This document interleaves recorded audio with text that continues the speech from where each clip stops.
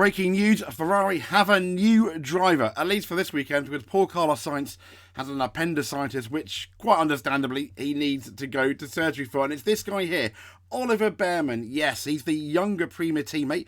Interestingly, Kimi Antonelli's teammate. And he's been all the rage. Who's been all the rage? That's Kimi at Mercedes. But it's a BEARMAN who could potentially be the mega superstar this week. Now, who is this guy? Well, following success in karting and Formula 4, this is from motorsport.com, the comes from native was invited to the Ferrari Driver Academy World Finals in 2021. He impressed Ferrari enough to earn a spot in its academy, and he's also a two-time Aston Martin Autosport BRDC Young Driver of the Year finalist, or the old McLaren Young Driver of the Year finalist, if you remember that. Yeah, the Aston Martin replaced it.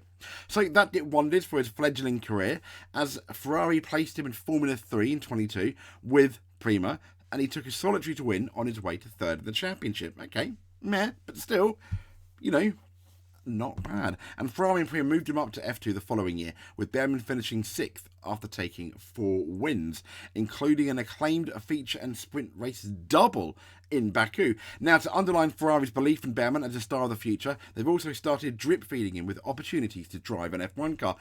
Wait before today, because now he's going to drive one in anger. And a Fiorano test in 2021 gave BEARMAN the required mileage for an FP1 super license, and his official Grand Prix weekend debut followed shortly after in Mexico, where he impressed Ferrari and Haas alike with his composed performance, it says, that belied his tender age. 3/10 off regular driver Nico Hülkenberg in the other Haas. I mean, that's not bad.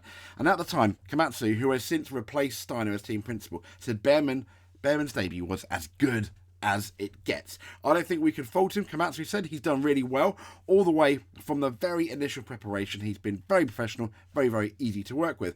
And then every single process, I've nothing to complain. And today, with calmness, he understood the objectives of every single run. At least that's what they're saying there. And the Saudi practice, I think, is just about finished, but it is currently live.